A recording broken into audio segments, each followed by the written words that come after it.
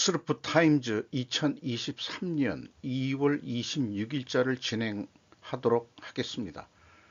스르프 타임즈는 생존 우선순위와 기업 및 국가의 이익을 테마로 하고 있습니다. 그리고 생존 가능 여부에 따라 합리적 의사 결정이었음이 결정된다고 믿고 있습니다. 구독, 좋아요는 제게 큰 에너지를 심어 주시는 게 되겠습니다. 꼭 부탁드리고요. 1.5 배속을 보시기 바랍니다.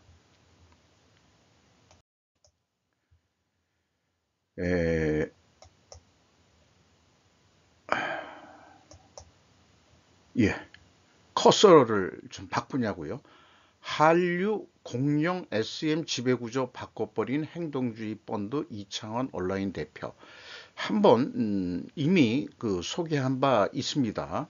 스르프 타임즈에서도 조선 이혜훈 기자가 보도한 내용인데요. K-팝 지형 뒤흔든 1%의 지분, 매우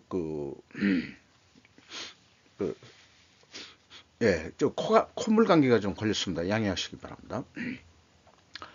코리아 디스카운트를 해소하라. 요거는 좀 좋은 얘기예요. 그리고 다음 타깃을 7대 시중으로 잡은 이유는 이렇게 또 질문을 했는데, 해외 은행들은 이익의 65%를 배당하는데 우리나라는 25%밖에 안 한다. PBR, 자산 대비 주가라고 그러는데, 뭐 마켓 맞을 거예요. 근데 0.3%밖에 되지 않는다. 장부 가격 대비 뭐 주가 이렇게도 얘기를 할 수 있는 사항입니다. 행동주의란 주가가 상대적으로 낮은 기업의 지분을 확보해 기업의 지배구조와 투명 경영의 목소리를 내는 것이다. 우리나라가 IMF 때 헤지 펀드한테 당했다는 역사적인 사건이 있는데, 우리에게도 국내 우량 기업을 해외 투자자들에게 저가로 팔았던 IMF 트러블가 있으나 자기도 그런 행동주의 펀드를 하고 있는 거지만, 그러나 안 팔았으면 어떻게 했을 건가라고 이 반문하는 식으로 인터뷰를 해 나갔습니다. 행동주의 펀드라는 건 자본시장에서 중요한 요소라고, 뭐 자기가 또 그런 걸 하니까 그렇게도 얘기할 수 있겠는데, 어쨌든 이해관계 충돌이라는 것을 결국은 이해관계 싸움인 것인데, 그거에 대해서 나쁘다기보다는 자본주의는 항상 이렇게 발전하는 거 아니냐, 이렇게 얘기하고 있습니다. 그래서 상당히 젊으신 분인데, 이미 며칠 전에 소개한 거에는 이창원 대표가 온라인 파트너스죠.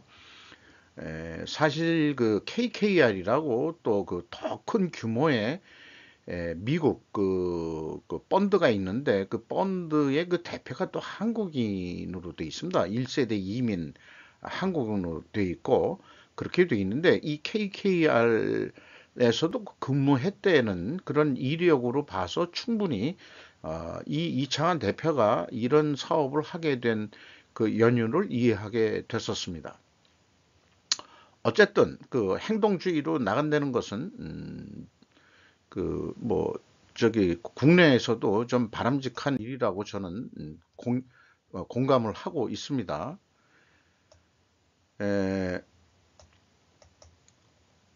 그때 중 눈치 안 봤다면 어땠을까? 세계 방역 관제탑 WHO의 조건, 머니투데이 송지유 기자의 보도 내용인데요.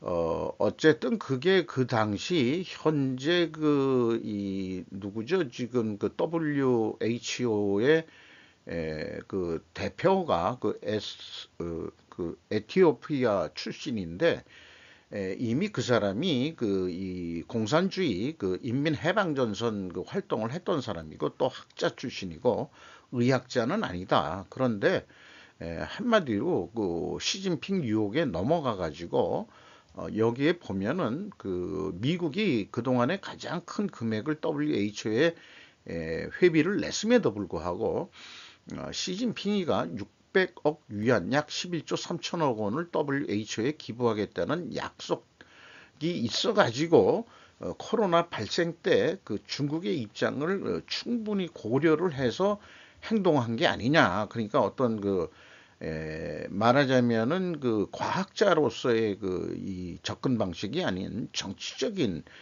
그런 그 행동을 한 것으로 이렇게 그 비판이 좀 되고 있는 거죠. 지금에 와서 보면은 그때도 또 그런 비판이 있긴 있었습니다.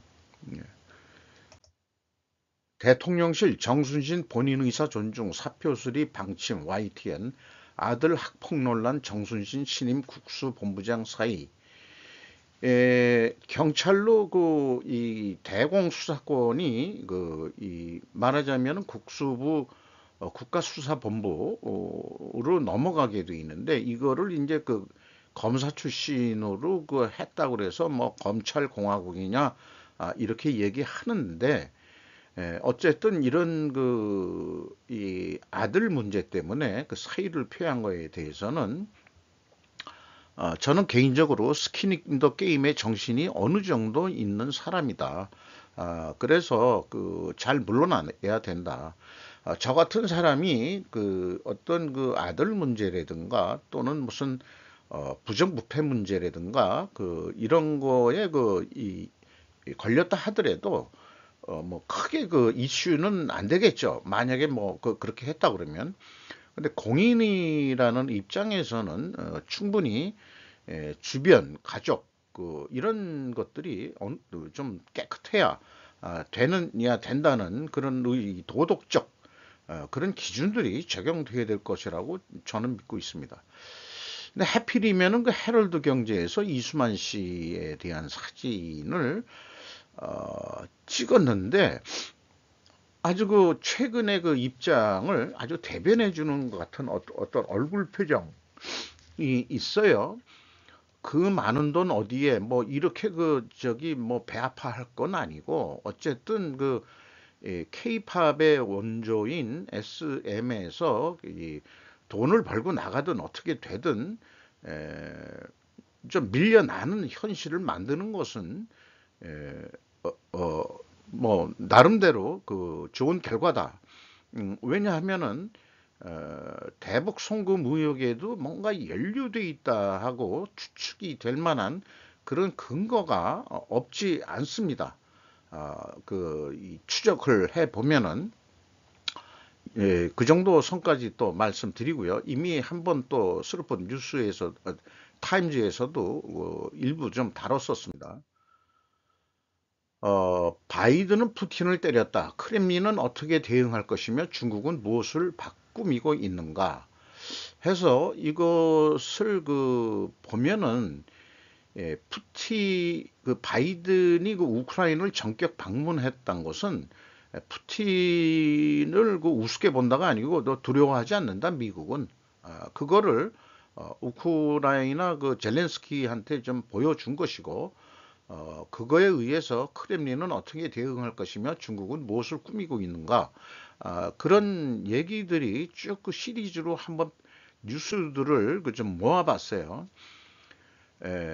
그래서 이것은 그 우크라이나의 새로운 목소리라는 그런 언론 매체에서 그 나온 얘기인데 24일자예요.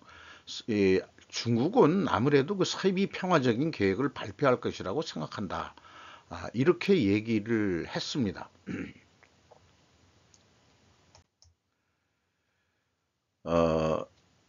1년 후 중국은 그들의 특별한 친구를 위해 어디까지 갈 것인가에 대한 질문에 답해야 할 것이다. 태사 웅 BBC 뉴스 아시아 디지털 리포터의 보도 내용인데요. 중국 정부는 한 개가 아니라 두 개의 입장서를 발표했는데 첫 번째는 중국의 전쟁 해법 제안이고 두 번째는 세계 평화 계획을 설명하는 것이었다. 뭐 12개 조항인가 발표를 그 왕위를 통해서 했는데 그런데 이는 중국이 지난 1년 동안 우크라이나에 대한 주권 존중과 러시아에 대한 국가 안보 이익의 보호를 요구하면서 미국에 의한 일방적 제재의 사용에 반대하면서 되풀이해온 논점을 다시 읽는 것밖에는 안 된다. 이렇게 얘기를 하고 있고요. 그리고 이런 그 평화안을 제시하는 거는 첫째 목적은 그것은 분명히 세계적인 평화 중재자로 자기네들의 이미지를 부각시키려는 것이고, 둘째, 미국의 분명한 메시지를 보내는 것이다. 이렇게 얘기를 했습니다. 그런데 뉴사우스 웨일즈 대학교 그 교수인 알렉산더 코롤레프, 이름으로 봐서는 러시아 출신인 것 같죠. 이 안에 반항의 요소가 있다고 말했다. 이렇게 되어 있습니다. 그리고 앞장에서 얘기한 우크라이나의 새로운 목소리, 그 동일 날짜에 이런 뉴스가 또 나왔습니다. 빨간 선이 그어졌다. 바이든은 푸틴에게 어떤 신호를 보냈으며 시진핑을 무엇을 준비하고 있는가. 유사한 제목인 거죠. 이 전쟁을 끝내려면 러시아에 대한 중국의 압박이 중요하다.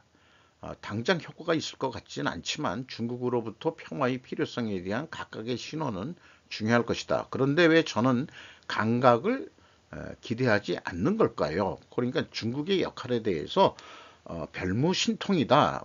이 기사를 쓴 그 우크라이나의 새로운 목소리 편집자는 이렇게 얘기를 하고 있습니다.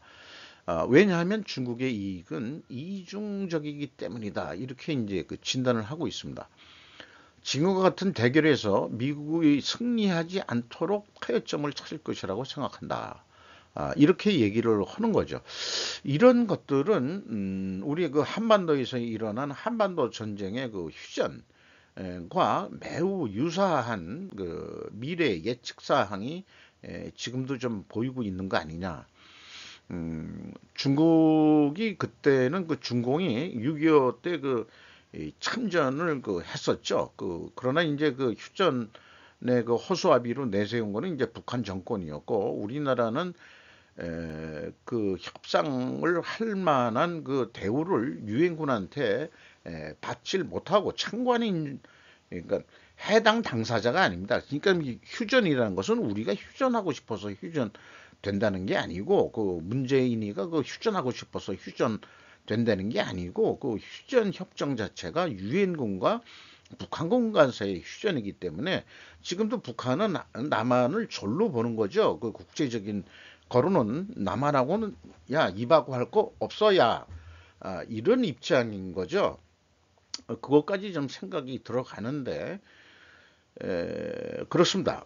어쨌든 이 휴전 쪽으로 가는 것으로는 결론이 나긴 날 건데, 아마 땅 일부를 우크라이나가 포기를 해야 될지도 모르고, 그러기 위해서는 그 휴전이 되기 전까지 한국전쟁에서야 마찬가지로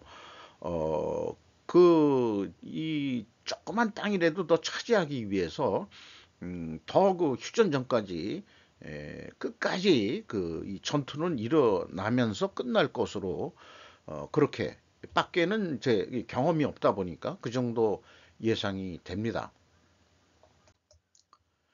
젤렌스키 한무기 지원된다면 긍정적, 지도부 초청도 진행 중. YTN 이상순 기자의 그 25일자 보도 내용인데요. 기자회견을 그 전쟁 1주년 때 기자회견을 열었는데, 나토 사무총장이 한국 정부를 상대로 해서 무기 지원을 요청한 데 대해 이같이 밝혔다. 이렇게 얘기를 하는 건데, 또 젤렌스키 대통령이 한국 지도부를 그 초청하고, 또 우크라이나 한국 국무총리의 한국 방문도 추진 중이라면서 양국 관계에 굉장히 관심이 크다고 말했다. 근데 이게 왠지 느낌이 안 좋습니다. 일단은 돈을 받고 팔 수는 있어도 무상 지원은 우리도 코가 석자다. 제 개인적인 입장이라면은 그렇다 이거죠. 그런데 그 나토 사무총장이 한국이 그 무기를 지원해달라 요청을 한 것은, 너희들이 그 우크라이나 전쟁 때문에 그 무기도 많이 팔아 먹어가지고 돈도 많이 있지 않느냐, 라는 거죠. 그래서 무상으로 지원한다 그러면은 정부 예산 가지고 해야 되는 거거든요.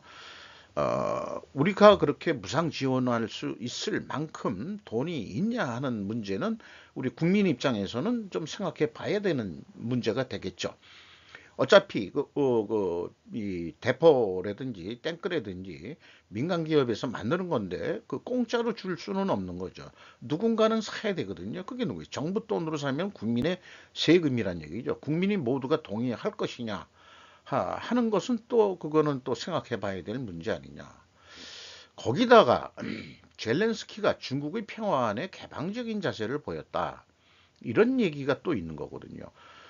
그러면은 이 그 젤렌스키 입장에서는 어쨌든 자기네들이 이익을 위해서 그 중국하고도 대화를 하겠다는 얘기고 한국한테는 무기를 대주면 좋지. 뭐 이런 입장이거든요. 이런 거를 우리말로는 양다리 걸친다. 뭐 이렇게 얘기하는 건데 에, 중국과 협력할 필요가 있다고 말했는데 이것은 뭐냐 그러면 이 영어에서도 얘기하는데 어, 그 세계적인 그 결국 국제적인 이익은 우크라이나의 그 이익과 같은 거다라는 논리를 피고 있는 거죠. 이렇게 얘기를 했다는 거죠. 그런데 이렇게까지 우리도 코가 석자다 이렇게까지 생각을 했는데 이 내용을 보면 또 생각이 틀려져요.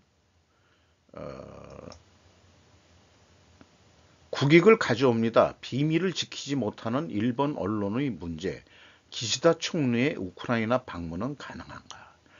그러니까 G7의 올해 의장국으로서 우크라이나를 방문 안 한 그 이 G7 중에서는 일본밖에 없다. 그러니까는 뭔가 그 가야 G7 의장국의 역할을 오래 할 수 있는 거 아니냐는 게 일본 정치 정가의 어떤 논리로 나오는 것 같은데 이게 가기 전에 이제 그 언론에 노출이 돼 가지고 일본 언론에 문제가 있다 지금 이렇게 돼 있거든요.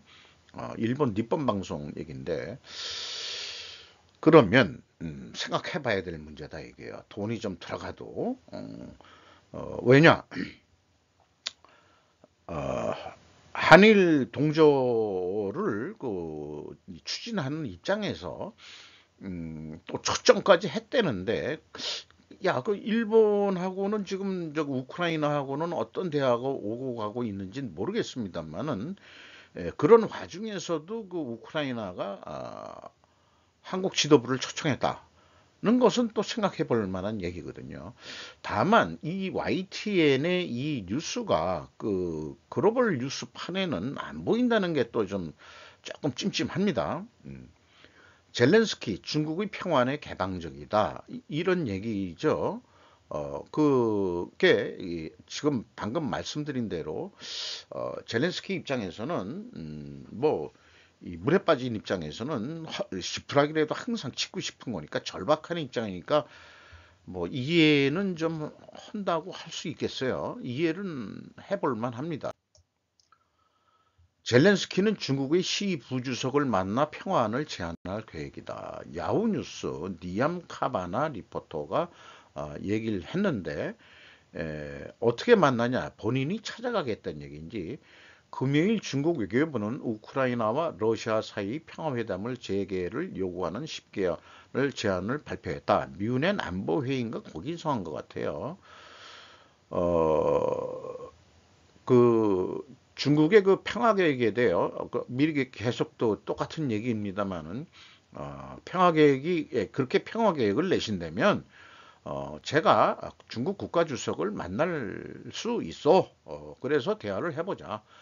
젤렌스키는 그 기자회견에서 중국은 우크라이나에 대해 이야기를 시작했고 나는 이것이 좋은 일이라고 생각한다고 말했다. 하지만 실제로 이런 단어들이 무엇으로 이어질지 의문이 듭니다. 그러니까 왕위가 발표한 내용들은 너무나 추상적이라서 말에 그냥 잔치 정도로 느껴진다 이런 얘기를 솔직히 얘기하는 거죠. 그래서 다음 단계가 중요하다는 얘기는 구체적으로 뭘 어떻게 하시겠다는 건데 중국한테 물어보겠다 이런 뜻인 것 같습니다. 12개 항의 제안을 발표하고 핵무기 사용에 대한 반대 입장을 강조했다. 그것은 또한 영토 주권이 유지되어야 한다고 강조했지만 러시아나 우크라이나의 어떤 의미인지 대해서는 뭐 했다. 자기도 그렇게 생각을 한다 이런 얘기예요. 젤렌스키는 키우에서 시부족을 만날 계획이라고 말했다. 그러니까 중국에 안 가고 불러들이겠다? 그게 과연 가능할까요? 나는 이것이 우리나라와 세계 안보에 도움이 될 것이라고 믿는다. 자, 배짱이 좋네요. 근데 이런 의견이 나온 게 바이든이 우크라이나 방문 이후의 자세인 겁니다. 중국에 대해서. 왕이가 하는 말이 정확히 뭘 말하는 건데, 당신 그 왕이 그 2인자가 와서 얘기하지 말고 2인자가 얘기를 1인자가 대빵이 와서 얘기를 해보. 이런 자세 아닌가. 되게 당돌하기도 하고 또 자신감이 붙은 얘기도 하고 바이든이 와가지고 그랬겠죠. 물론 바이든이 키도 크니까 제렌스키 키도 땅따라고 우리 동양 사람 만한 키 같던데 등을 딱딱 두지면서 날 믿어. 이 형을 믿어. 자, 이 미국이 배신 때리는 일은 없을 거예요. 뭐 한국 전쟁도 끝까지 그 버텨줬으니까 역사적으로는. 자, 그 관련 뉴스를 많이 가져와 봤는데요. 푸틴의 동맹은 러시아 공장들이 첨단 무기를 만들기 위해 초과 근무를 한다고 주장한다. 또 텔레그라피 제임스 킬러의 보도 내용입니다. 어, 그 핵심 동맹국에 따르면 동맹국에서 나온 얘기를 따르면은 그러면은 그 벨라루스 이런 데겠죠. 러시아가 국방 생산을 확대하고 무기 공장을 최신 기술을 도입하고 있다 이렇게 얘기했고 러시아 정부가 베이징에 아늑하게 접근하고 있다는 징후가 더욱 나타나고 있는 가운데 아늑하다는 번역이 그 영어로는 뭔지 모르지만 조심스럽게 남들한테 안 들키게 좀 무기 좀 도와줘 이런 얘기인지 모르겠습니다만은 알렉산더 루카센코 벨라루스 대통령이 무인기 협상이 진행 중일 수도 있다는 보도가 나온 후 며칠 안에 중국을 방문할 예정이다. 그러면은 자, 그 푸틴은 지금 전쟁 중이니까 못 가고 크렘린은 자체 생산은커녕 중국의 신규 재고를 요구하고 있다는 보도도 있었다. 그러나 분석가들은 벨라루스가 러시아의 속국일 뿐이며 루카센코 대통령은 종종 푸틴 대통령의 해외 방문과 크렘린으로부터의 메시지 전달의 특사 역할을 해왔다. 그러니까 한마디로 이 만화에서 보듯이 이게 그 루카센코가 맞나 모르겠어요. 했는데 에, 자관 그 말하자면 이 만화가 사파가 시진핑하고 이 젤렌스키가 책상에 같이 앉아 있는 건데 그 벨라루스 대통령은 그 시진핑 주머니 속에 들어가 있는 그런 말하자면은 그 애견 같은 그런 상징적인 만화를 그려서 보여주고 있네요. 우크라이나에서 교전이 격렬해지면서 양측 모두 막대한 무기를 소모했다. 나토 관리들은 또한 우크라이나 군이 재공급될 수 있는 것보다 더 빨리 탄약을 발사하고 있다고 한다. 그러니까 자, 이 경제적인 용어로 하면은 그 소비가 돼가지고 막 팔리는데 물건 공급이 제대로 생산이 못 따라간다고 했다는 얘기죠. 그러니까 이제 나토 사무국장도 와서 한국 보고 저기 말하자면 탱크 이런 거는 돈 가지고 사가지만은 그 포탄이나 이런 거는 좀 야 빨리 좀 대주라. 그래야 우크라이나가 견디고 나머지 그 나토 국가들도 좀 괜찮은 거 아니냐 이제 이런 얘기로도 해석이 되는 것 같아요. 참 어렵습니다.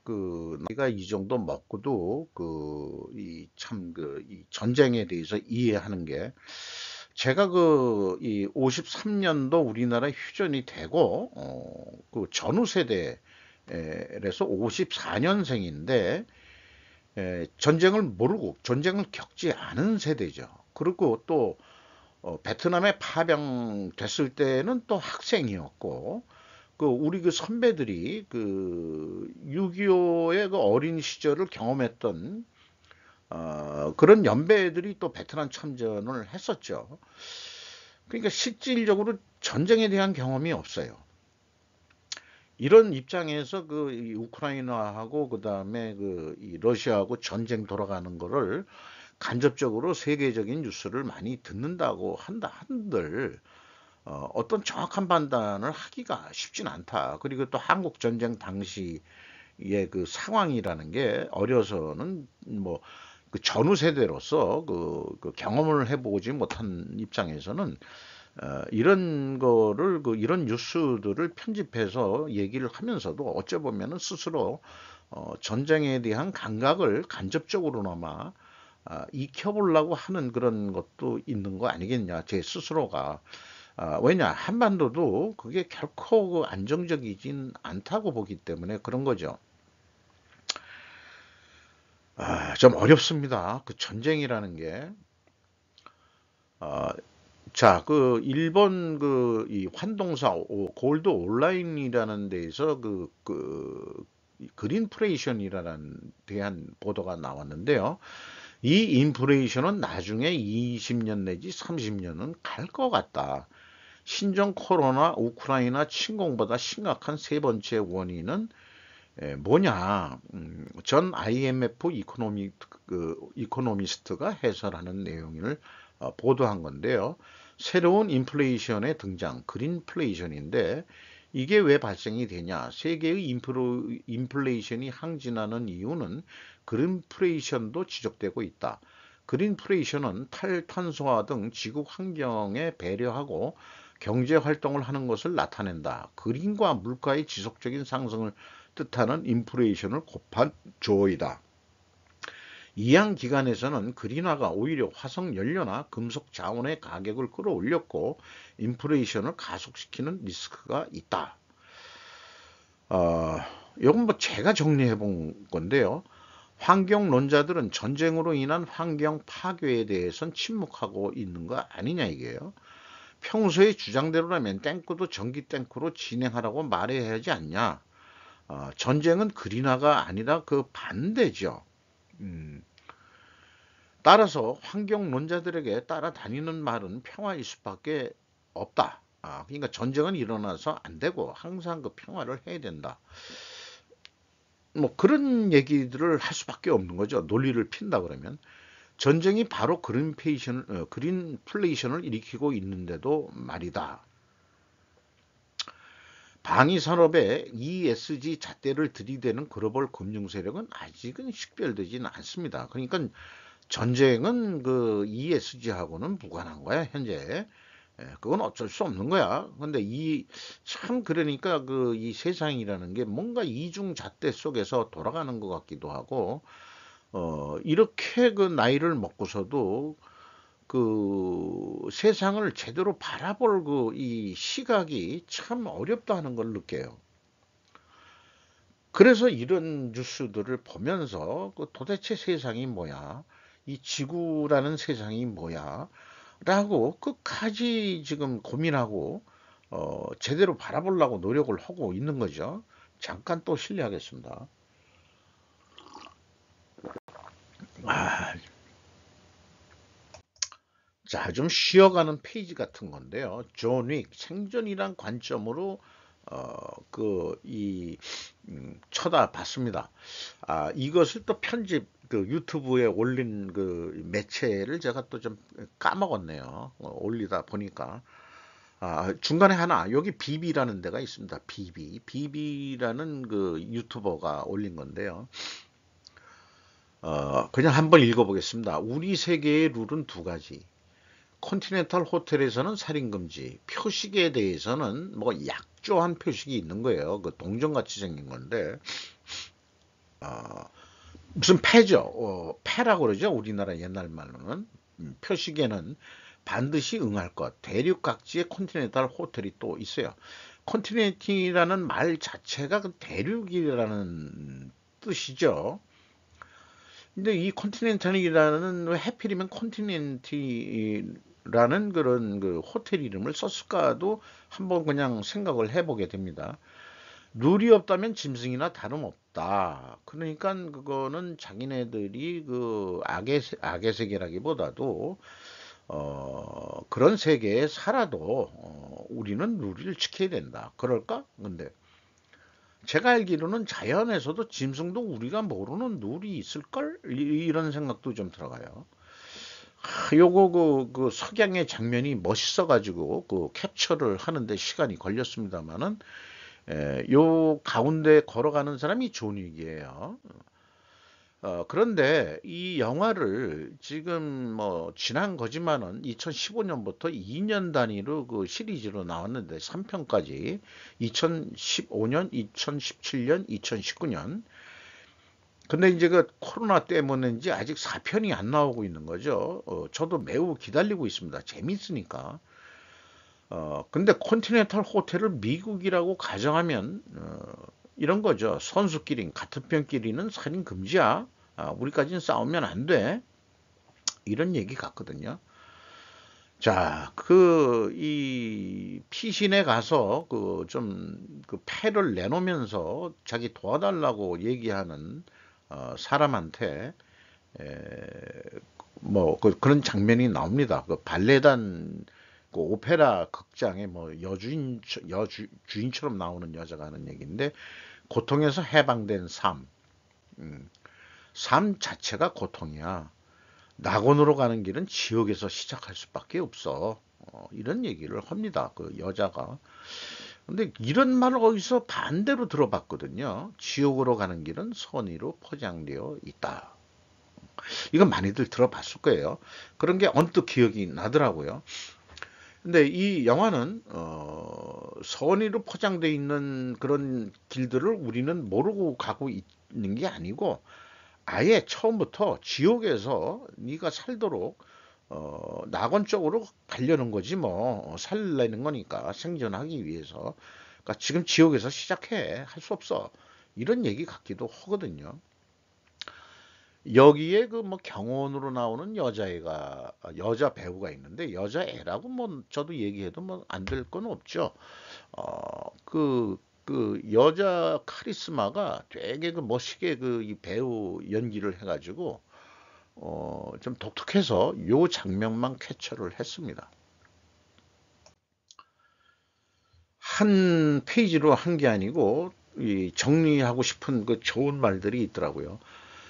이 세계의 동전은, 그 세계라는 게 그 최고 회의를 세계 정부라고 한번 가정해서 한번 이해를 확대 가정을 해보죠. 세계 정부의 동전은 돈이 아니라 관계를 거래합니다. 질서와 규칙, 아까 뭐 그 규칙, 룰 이런 얘기를 했죠. 어느 세계에서나 질서와 규칙은 강조된다. 어떤 세계, 악의 세력이든 뭐 선한 세력이든 다 마찬가지겠죠.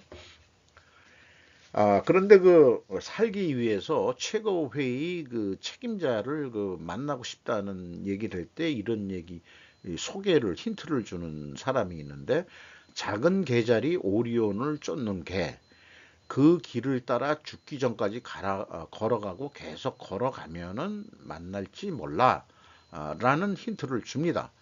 이게 보면은 그 천문 별자리 비유를 하고 있어요. 이게 또 뜬금없이 그런 영화에서 뭐 거창하게 또 천문 얘기가 나와요. 이것도 뭔가 상징적인 게 아닌가 그런 생각도 해봅니다. 오리온자를 그쪽 유럽 그 신화 별자리 쪽에서는 오리온을 거쳐서 지나가면은 어, 그 현자의 별이라는 두 현자를 만납니다. 그 현자가 그 오케이를 하면은 그 다음에 가는 데가 낙원으로 가는 건데, 아까 그 낙원 얘기가 나오죠. 그게 이제 플레아데스인가 그 성단, 거기가 이제 그 이 낙원이라고 이렇게 되어 있죠. 근데 우리나라 그 동양에서는 이 그런 그 오련자 그다음에 뭐 이런 거보다도 우리나라에서는 옛날부터 북극성 신앙이에요. 북두칠성. 그래서 그 북두 뭐 칠성 그다음에 북극성 하면은 뭔가 어려서는 많이 얘기를 들어봤거든요. 요즘은 그런 게 뭐 거의 안 들리지만 어쨌든 우리는 북두 칠성 북극성 하면은 뭔가 친숙한 기분이 들어가는 그런 뭔가가 있어요. 자, 그건 사이드로 빠진 얘기고. 그래서 결국은 만납니다. 그 최고회의 이 대빵을. 그게 이제 아랍인으로 묘사가 돼 있어요. 그 사막에서. 그것도 좀 이상하긴 합니다만. 살고 싶은 이유가 뭐지? 사랑을 기억하기 위해 살고 싶다는 거야? 뭐, 그 답변은 없었지만은. 근데 이제 살라고 그러면 파문 철회를 해야 되는데 지시사항은 뉴욕 컨티넨탈 책임자를 죽이면은 너 파문을 철회해 주겠다. 그러니까 네가 그 컨티넨탈 미국 그 뉴욕 컨티넨탈 그 책임자하고 친한 것 같은데 걔를 죽여. 그러면은 너를 살려줄게. 즉 미국을 죽이라는 것으로 그렇게 이제 해석이 돼요. 당신은 어떤 사람으로 죽고 싶은 건가? 그러니까 살려면은 에, 죽이라고 이런 얘기 하는 거죠. 존 윅은 그런데 결국은 윈스턴 그 컨티넨탈 책임자를 쏘지 않고 최고회의와의 전쟁을 선택합니다.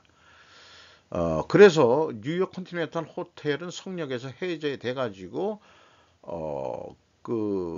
이 최고회의 그 전투원들이 이 컨티넨탈 호텔을 공격을 합니다. 근데 이제 어떻게 해서 승리를 합니다. 이 정투에서. 그러니까는 이제 감독관이 거기 와 있었는데 감독관이라고 그럽니다. 여자로 또 있어요 또. 좋아. 뭐 그럼 물러날게. 그러면은 물론 자기 안 죽이고 그냥 하는 조건이 뭐야 그랬더니 이 컨티넨탈 호텔의 성역 권리를 더 인정해 달라. 그리고 나도 물러날 수는 없다. 그러니까 그 조건은 있다. 존 윅을 죽여. 그랬는데 이제 영화 속에서 기억하지만은 그 윈스턴이라는 사람이 존 윅을 쏴버립니다. 그래가지고 뭐 저기 옥상에서 바닥으로 떨어지는데 그 어디 그 쿠션으로 떨어져가지고 죽은 거로 알았는데 나중에 내려가 보니까 시체가 없더라. 근데 그 누가 그걸 뭐 이렇게 구해갔냐 그러면 뉴욕 하류층 킹이라는 우리나라로 치면 거지왕 같은 거죠. 거지왕. 그 사람도 저 최고위한테 난도질을 당해가지고 간신히 살았는데 복수하겠다. 그래서 이제 드디어 4편은 올해 된다는데 존 윅과 그게 옛날에 무슨 영화죠? 거기 모비우스라고 돼 있는 그런 영화 있었죠. 둘이 합쳐가지고 이제 최고 회의와의 전쟁을 선포하는 거로 그 3편이 끝나게 되는 거로 돼 있죠. 그러면은 4편은 미국을 대신해서 컨티넨탈 호텔을 대신해서 그러니까 거지왕이니까 별 볼 일 없는 것 같지만 실제 그래도 밑바닥에서 커온 세력들 그런 세력이 있고 존 윅과 합세해 가지고 세계 정부를 타도하기 위해서 이제 전쟁을 벌인다라고 상상을 해 봤습니다. 이것은 심각한 문제이다. 스테이트판과 프로그레시브가 현재 특정 모델을 다루기를 거부함에 따라 한국의 대형 자동차 회사들은 열의 직면에 있다. 그러게 이게 무슨 뜻이지 해서 이렇게 봤는데 히트라고는 돼 있어요. 열받았. 아니 그러니까 지금 안 좋다 그런 얘기죠. 여기 이 차들을 보정하기에는 너무 위험한 이유가 있다. 뭔가 했더니 기아차하고 현대차가 이렇게 훔치기 좋게끔 도난 방지 장치가 잘 안 돼 있다는 거예요. 그러니까 미국 내에서 아주 타겟이 됐답니다. 이 차량 훔치는 거에. 그러니까 스테이트 판과 프로그레시브라는 데가 보험회사 이름인 것 같은데 보험 들기를 거부했다. 요 모델에 대해서는 일부 모델에 대해서는 훔치기가 너무 쉬워가지고 그러니까 우리나라 같은 생각을 했던 모양이죠. 물건 만들 때도 2021년부터 2021년 한 10년간 틱톡 절도범들의 표적이 된 기아차, 현대차가 출시됐었다. 요거는 뭐 현대차를 선정하는 요 가족과 같은 화목한 그런 상징적인 사진을 붙였는데 뭐 HLDI라고 고속도로 손실 데이터 연구소의 보험금 청구 기록에 따르면 2015년부터 2019년까지 현대차는 비슷한 연령대의 다른 차량에 비해서 도난 확률이 2배가 높다. 이렇게 나와 있습니다. 어, 개별 재무제표를 보여야 할 이유 중에 하나 중에서 그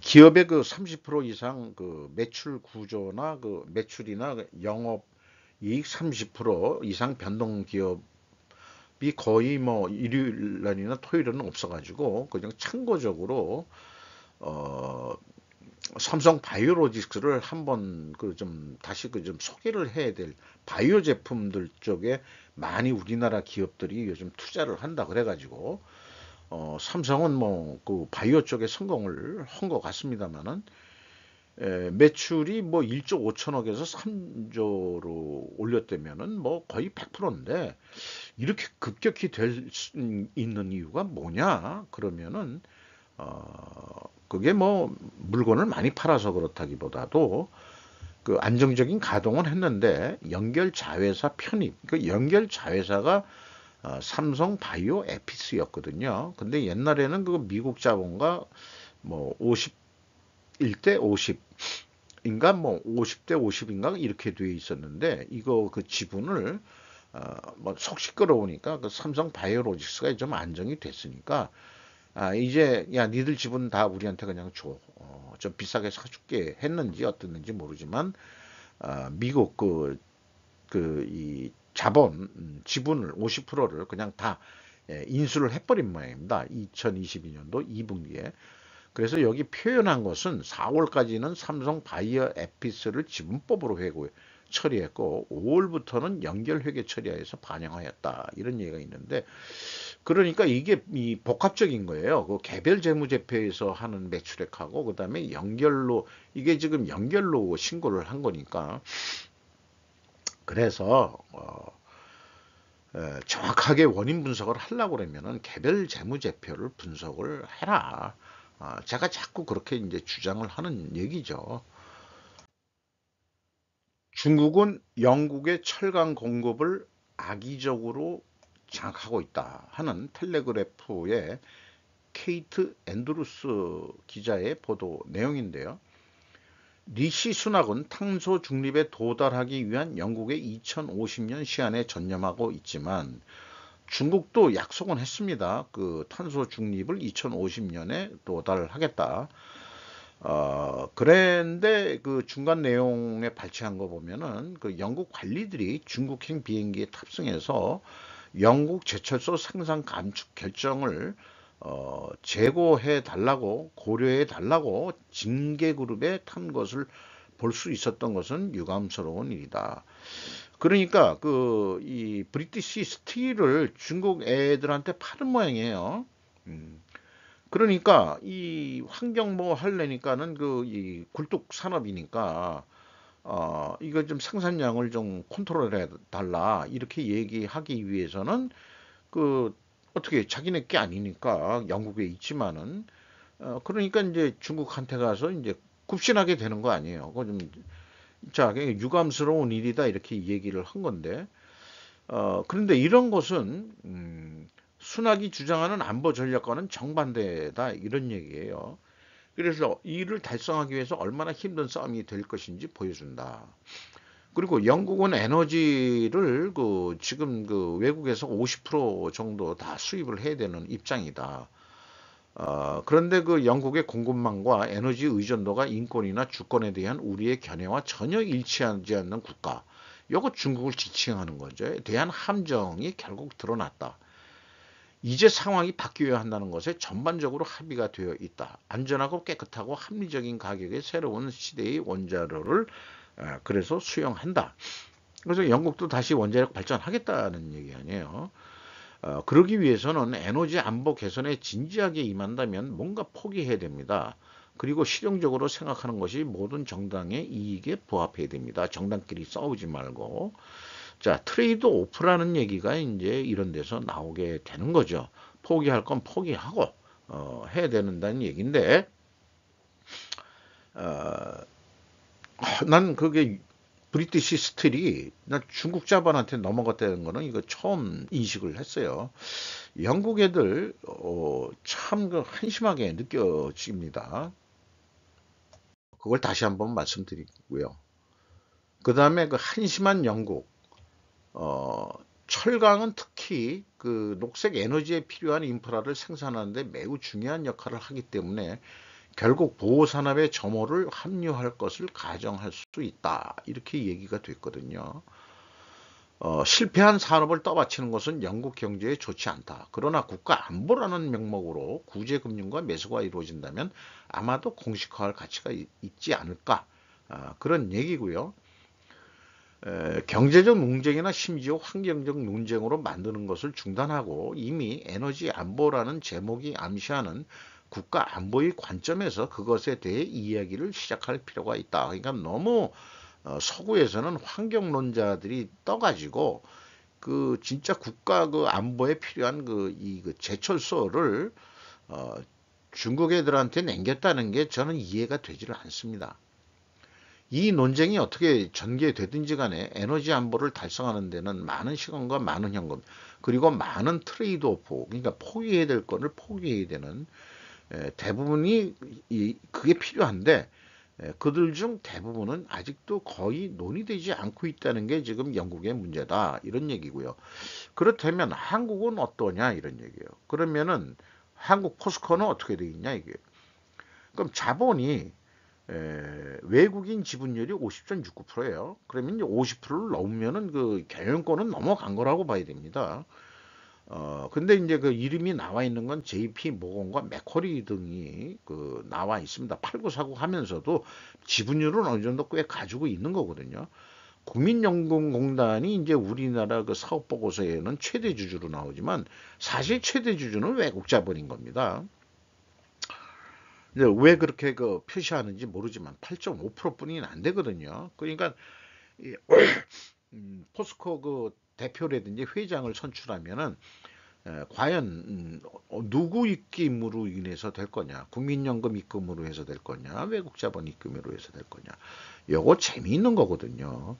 그리고 그 다음에 이제 그 50.69에서 그 포스코가 표현한 거는 브렉락이 5.1% 가지고 있다 이게. 외국 같으면은 5.1%면은 이 국민연금이 뭘 하려고 그래도 브렉락이 아까 그 우리나라 행동주의 펀드 1% 가지고 SM을 뭐 좌우지 우지했다 그러지만 5%라면은 상당한 영향력을 행사할 수 있는 거죠. 그나마 그 국가 그 안보에 매우 중요한 그 이 에너지 안보라고까지 영국에서는 얘기하고 있는데 저건 안보에 필요한 것이 기초 그 철강 그 이 제철소거든요. 이것을 최대 지분이 우리나라는 아니지만 그래도 우호적인 영미 자본한테 이미 지분율이 높다는 것에 대해서는 그나마 조금 위안이 됩니다.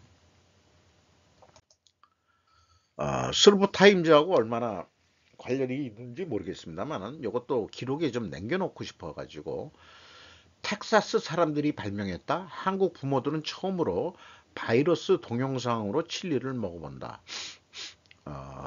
바이럴이라고 보통 얘기를 하죠. 그걸 바이러스 동영 바이럴. 잠깐 이 크게 그 확산이 되고 뭐 이러는 걸 때 바이럴 이렇게 얘기를 하는 것 같습니다. 넥스트 샤크 아이리스 정이라고 했으니까 한국계 그 기자인 것 같아요. 한국 부모들이 처음으로 칠리를 먹어보고 좋아하는 틱톡 동영상이 입소문을 탔다. 쌀, 고기, 채소 그리고 다른 재료들을 섞어 먹는 한국의 전통 음식인 비빔밥과 비교해보면 그 부분은 김과 김치만 거길 섞어가지고 그들의 문화 음식에 고추를 함께 뿌려가지고 이거를 그 칠리를 먹었다 이런 얘기거든요.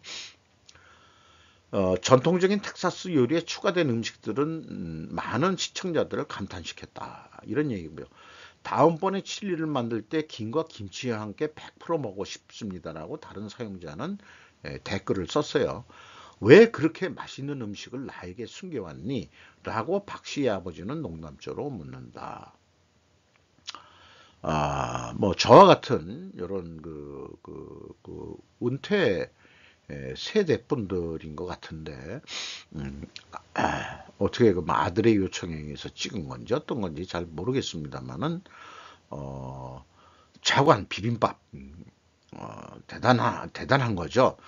그 옛날 유래를 보면은 양반들이 상을 차려가지고 이제 그 하인들이 먹으면은 그 하인도 등급이 있으니까 상모슴, 하모슴, 이게 이제 하모슴까지 내려오면은 먹을 게 별로 없어요. 그러면 그걸 다 섞어버립니다. 그러니까 그 전주 비빔밥이란 게 완전 서민 음식이었던 거죠. 양반들은 비빔밥 해 먹을 이유가 없죠. 그리고 뭐 생선을 구워도 이 양반은 절대 그 양쪽을 뒤집어서 먹으면 안 됩니다. 밑에 거는 하인들을 위해서 남겨놔야 되는 거죠. 그러니까 요모조모 반찬을 많이 하게 되는 게 조금씩만 드세요. 네, 건강하게. 그러면 내려오면은 그 하인들은 열심히 일을 해야 되니까 아구아구 많이 먹어야 되고, 맨 밑땅에 마당새처럼 이 마당이나 쓰는 최하 모습으로 내려오면 먹을 게 없거든요. 그러니까 비빔밥을 만들어. 그 유래가 어땠든지 간에 서양에서도 그 서민 음식이 대표 음식이 되는 겁니다. 현대에 와서는 그게 또 영양가가 얼마나 좋은데 역사가 그렇다는 얘기고요. 그래서 음식도 문화일 것이며 K푸드와 US 푸드와의 믹스는 결국 비빔밥과 통한다. 니것 내것 싸우지 말고 그 중국 애들처럼 김치 원조가 누구야 뭐 이런 거 싸우지 말고, 근데 이거는 인간도 섞자. 음식만 섞지 말고 미국하고 이제 인간도 섞자. 이러면은 또 맛있는 이 말하자면 그 우리 한국도 인구가 줄고 있는데 뭐 다음 세대 애들은 더 이쁜 애들이 더 태어나고 또 맛있는 이거는 믹스 음식이 더 맛있듯이 그렇게 될 수 있지 않을까 생각을 합니다. 홍콩은 더 큰 적자에도 불구하고 현금을 지급하고 세금을 삭감한다. 요거는 그냥 한번 쫙 읽어보시면 좋겠어요. 근데 이 제목만 소개해도 될 것 같습니다. 중당국자 홍콩 연설에 빨간선 긋고 미 외교관과 대치했다. 폭스뉴스 제목은 이렇고요. 블룸버그는 중국 홍콩 주재 미국 외교관 총영사라고 되어 있습니다. 레드로인 남지 말라고 경고를 했다. 그래서 그 중국이 얘기하는 레드 나인은 중국의 국가 안보를 위태롭게 하지 않고 홍콩의 정치적 침투에 관여하지 않으며 홍콩의 발전 전망을 비방하거나 훼손하지 않는다.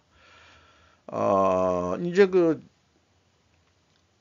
전사 외교를 끝낸다는 애들이 이거 표현하면은 늑대 외교를 벌인 게 아니에요. 중국이 절대 그렇게 얘기를 하고 있습니다. 그래서 홍콩 지배를 위해서 국가보안법까지 만들어가지고 지금 홍콩을 그 중국이 지배하고 있는데, 어쨌든 그 글로벌 금융 자본들이 홍콩이 매우 큰 역할을 했었죠.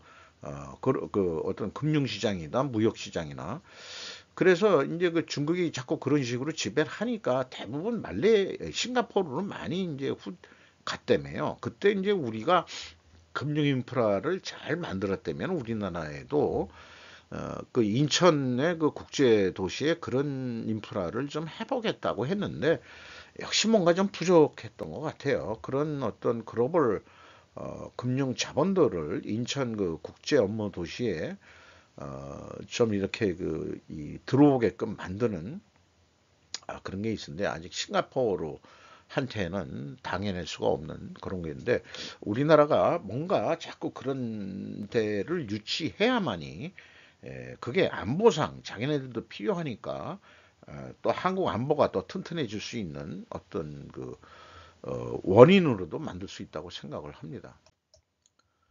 전 자유대 함대 사령관이 말하는 키가 넘었다. 안보대전환 고우다이오 오지 전 자유 함대 사령관인데, 문제가 뭐냐 그러면은 이 지금의 이 기시다 총리 내각에서 그 새로운 그 안보 삼문서가 개정되면서 그 국방비 증액을 했는데, 이게 자기네들은 아는데 양복파 관료들이 판을 치고 있어가지고 실제 그게 이제 그 효과가 있느냐 그러면은 이제 방위 효율이 논의가 돼야 되는데 이런 논의가 이번에는 아예 없었다 이런 얘기니까 지금 얘기하면은 그러니까 제가 쓰는 용어로는 책산물림 출신들이 이런 그 국가의 그 이 안보에 대해서 그거를 한다는 게 말이 되느냐.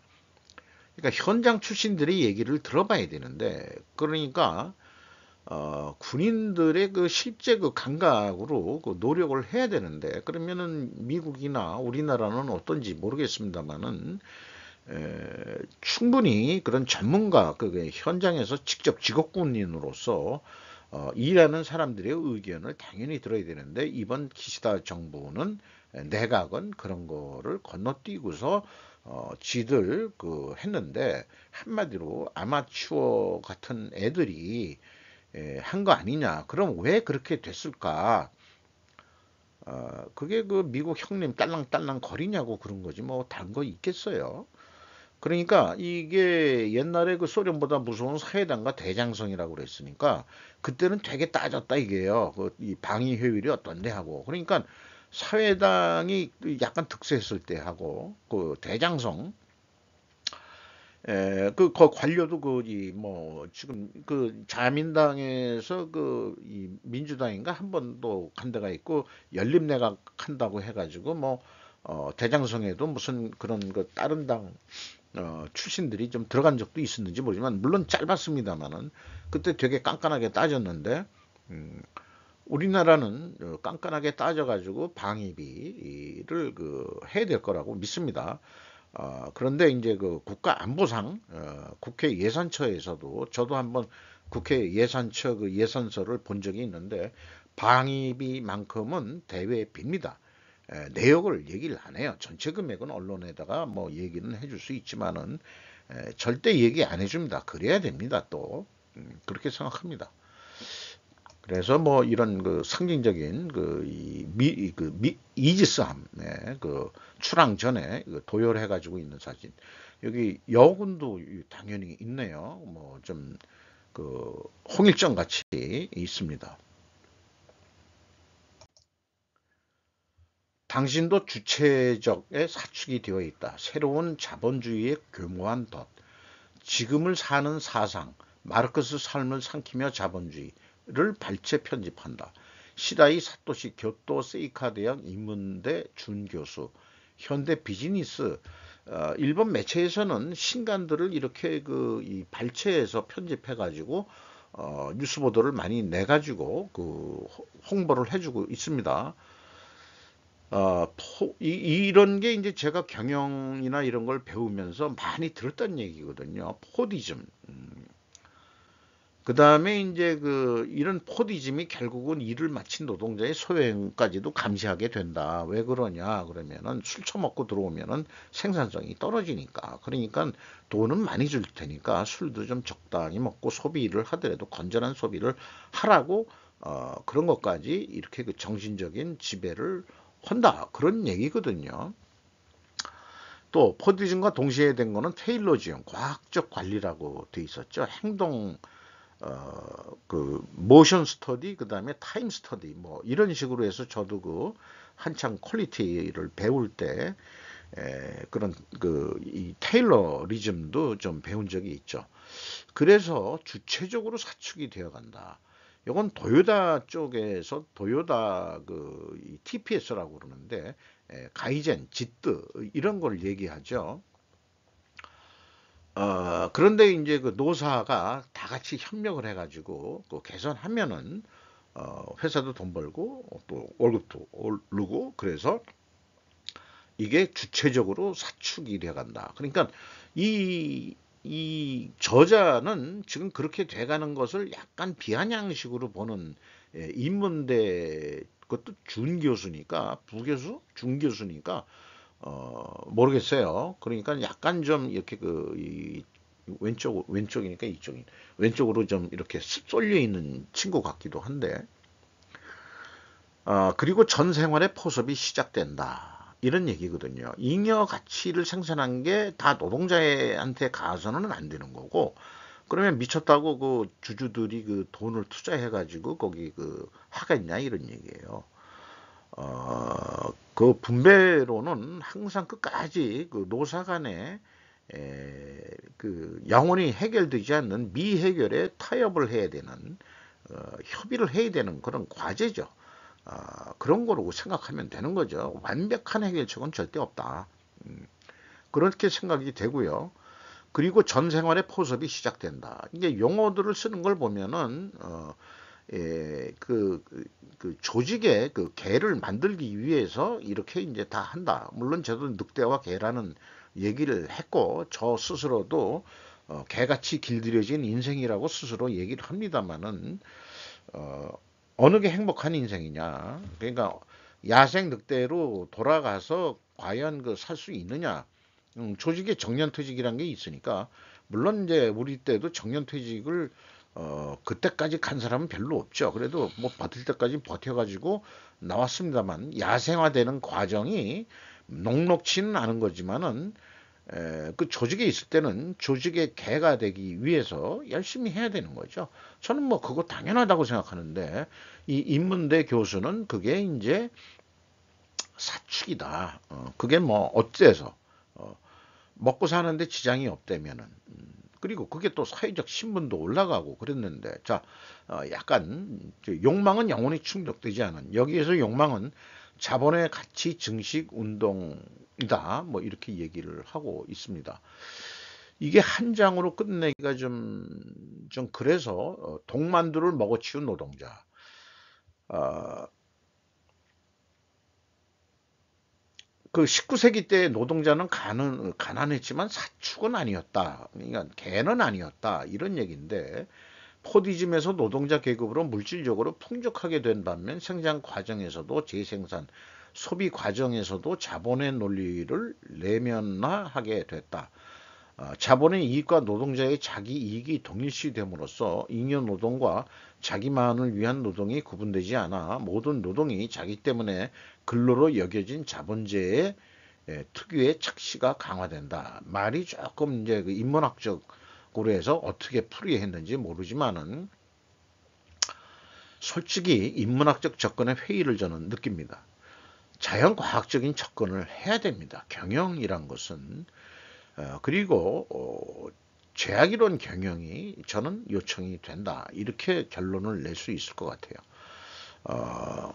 조직은 기업은 성장을 계속해야 되고 또한 안정화도 유지를 해야 됩니다. 거기에 안정에 조금 추가적으로 덧붙이다면 이 화라는 화몰이라는 것은 결론은 노사 간의 화를 전제 조건으로 깔고 있습니다. 그러니까 투쟁에 의해서 이건 쟁취할 게 아니고 화를 이루기 위한 서로 간의 이거 협상에 의해 가지고 어떤 그 목표를 잘 찾아내는 게 중요한 거지. 지금 뭐 우리나라 그 노조가 그 현대차나 다른 그 대기업에서 항상 그 빨간띠 두르고 그 결사 반대 뭐 결사 투쟁 뭐 이래 가지고 하는데 반일 운동한다는 그 좌파 새끼들이 하는 얘기는 일본 가미가제 특공대 그 이 자살 그 것처럼 자살 드론처럼 그 결사죠. 그러니까 결사 반대하면은 그래 자살하고서 반대해. 할복하겠다는 얘기거든요. 결사라는 게. 그런 걸 모르고 빨간티나 두르고 하는 놈들. 그 전번에 그 도요다 쪽에 그 이 춘투 그 사진을 했지만은 어디 길거리에 나와서 하는 게 아니고 그 사업장 내에서 그 좀 그 점심시간 때나 그 근로시간 말고 해서 그 좀 잠깐 모여가지고 손 한번 들면서 임금 몇 프로 인상해 달라 뭐 이런 건 할 수 있다 이거예요. 그렇게 돼가지고 이제 노조 대표하고 이제 회사 대표하고 별도 시간을 내 가지고 암만 했는데 이번에는 대부분 노조에서 요구하는 선을 다 들어줬다고 그러잖아요. 정부에서도 좀 부탁한다 이런 얘기도 있었고 하는데 어쨌든 이런 인문학적 접근으로 그이 뭐 개같이 됐다라고 그렇게 진단하는 그래서 진단까지 했는데 그럼 대안이 뭐야 대안이 그런 책을 쓰려고 그러면은 대안을 제시를 해야 된다 이 말이에요. 그냥 진단만 하고 끝난다 이게 사회 인문학적으로 접근하는 것은. 그래서 어떻게 하겠다는데 그러면은 이 기업을 적으로 만들어서 그다음에 이제 또 노동추행 하겠다는 얘기냐 뭐냐? 응? 그런 게 이제 그 한계가 있는 거죠. 이런 인문학적인 접근이라는 게. 그래서 이제 저는 이 모든 기업이나 제약 이론 경영을 한번 해보세요라고 저는 추천하고 있습니다. 요것 때문에 시간을 좀 또 많이 끌었네요. 대단히 감사합니다.